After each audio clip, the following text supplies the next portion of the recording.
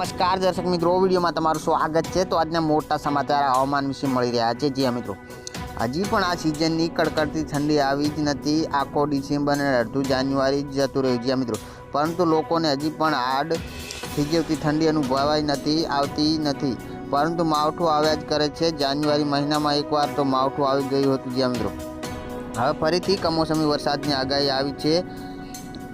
ભૂમધ્ય સાગરમાં ફરી એકવાર ચક્રવાત બનવાનો છે। જ્યાં મિત્રો, જેની અસર ભારતના પશ્ચિમ ભાગ ઉપર અસર થશે, પરંતુ ગુજરાત અને તેની અસરથી કમોસમી વરસાદ આવશે। 24 થી 26 જાન્યુઆરી વેસ્ટર્ન ડિસ્ટર્બન્સની અસર ગુજરાતમાં જોવા મળશે। જ્યાં મિત્રો, આગળ વાત કરીએ તો જેની અસર ભાગરૂપે કચ્છ, પશ્ચિમ સૌરાષ્ટ્રમાં વરસાદની શક્યતા છે, જ્યારે ગુજરાતમાં અન્ય ભાગોમાં વાદળછવાયું વાતાવરણ રહેવાની શક્યતા।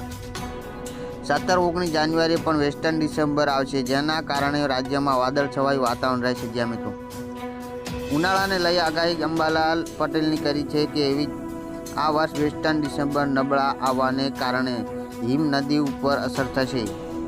હિમ નદીઓ ઉપર અસર થવાને કારણે ગ્લેશિયર પીગળવાને કારણે ઉનાળો વહેલો આવવાની શક્યતા છે।